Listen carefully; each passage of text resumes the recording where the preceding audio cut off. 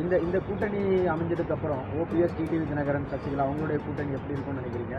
அவங்களுடைய அடுத்த அரசியல் நகர்வு எப்படி இருக்கும்னு நினைக்கிறீங்க? இல்லை, அவர்களை எல்லாம் அதிமுகவிலே இணைப்பதற்கு கூட ஆர்எஸ்எஸ் அமைப்புகளை சார்ந்த முன்னணி தலைவர்கள் திரைமறைவிலே முயற்சிகளை மேற்கொண்டார்கள் என்றும் தகவல்கள் கூறுகின்றன. அதற்கு எடப்பாடி பழனிசாமி அவர்கள் உடன்படவில்லை. பாஜக, அதிமுக கூட்டணி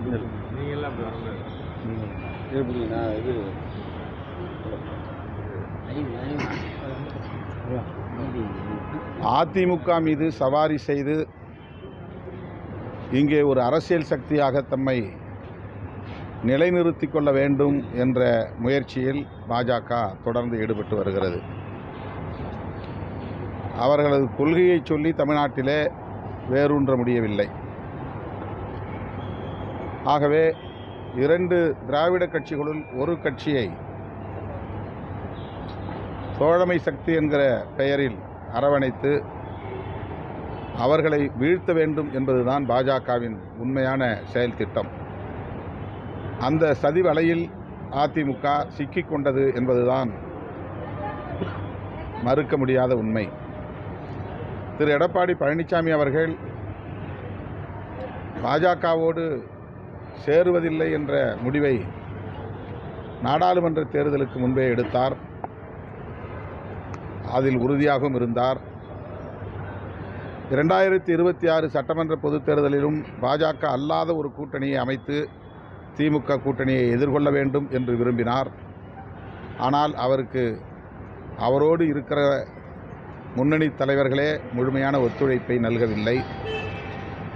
அவர் எடுத்த முயற்சிகளுக்கு ஒத்துழைக்கவில்லை என்றுதான் தெரிகிறது. பாஜக கொடுத்த நெருக்கடியின் விளைவாக அரை மனதோடு தான் இந்த கூட்டணியை அவர் அமைத்திருக்க முடியும் என்று நான் கருதுகிறேன். பாஜக தனித்து நிற்க முடியாது. தனித்து நின்றால் அவர்கள் இங்கே ஒரு சக்தியே இல்லை என்பதை தமிழ்நாட்டு மக்கள் உணர்த்தி விடுவார்கள்.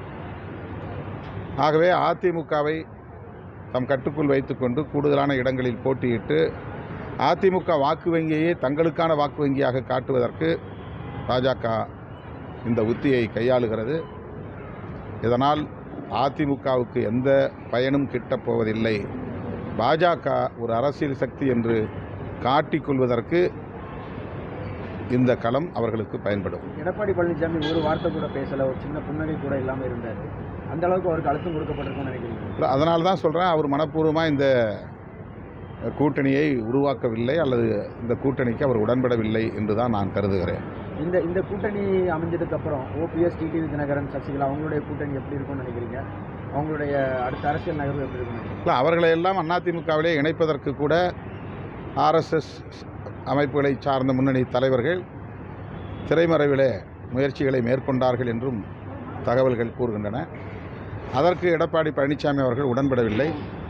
ஆகவே பாஜக உட்கட்சி விவகாரங்களில் நாங்கள் தலையிட மாட்டோம் என்கிற வாக்குறுதியை தந்துதான் இந்த கூட்டணியை உறுதிப்படுத்தியிருக்கிறார். எடப்பாடி பழனிசாமி அவர்கள் இந்த நிபந்தனையை முன்வைத்து தான் பாஜகவையும் பணிய வைத்திருக்கிறார் என்று தெரிகிறது. பாஜக அடுத்த தலைவராக வர இருக்கக்கூடிய நயினார் நாகேந்திரன் மீது உங்களுடைய கருத்து என்னவாக? அவர் அதிமுக தொண்டராக இருந்து தமிழ்நாட்டில் அறியப்பட்டவர். அதிமுக தலைவர்களோடு நெருக்கமாக களப்பணி ஆற்றியவர். ஆகவே அதிமுகவுக்கு ஒத்துழைக்கக்கூடிய வகையில் ஒரு தலைமை வேண்டும் என்று பாஜக நினைத்திருக்கலாம். அந்த அடிப்படையிலே அவருக்கு இந்த வாய்ப்பு கிடைத்திருக்கிறது. அவருக்கு என்னுடைய வாழ்த்துக்கள். சார், அந்த பொன்முடியுடைய பேச்சு, உங்களுடைய பேச்சு எப்படி இருந்துச்சு? அது எப்படி பொது மேடையில் எப்படி இருந்துச்சு? முதல்வர் அவருடைய பேச்சுக்கு உரிய நடவடிக்கை எடுத்திருக்கிறார். துணை பொதுச் செயலாளர் பதவியிலிருந்து விலக்கியிருக்கிறார். ஆகவே அது நடவடிக்கைக்கு ஆளாகி இருக்கிற சூழலில் மேற்கொண்டு கருத்து சொல்ல விரும்பவில்லை.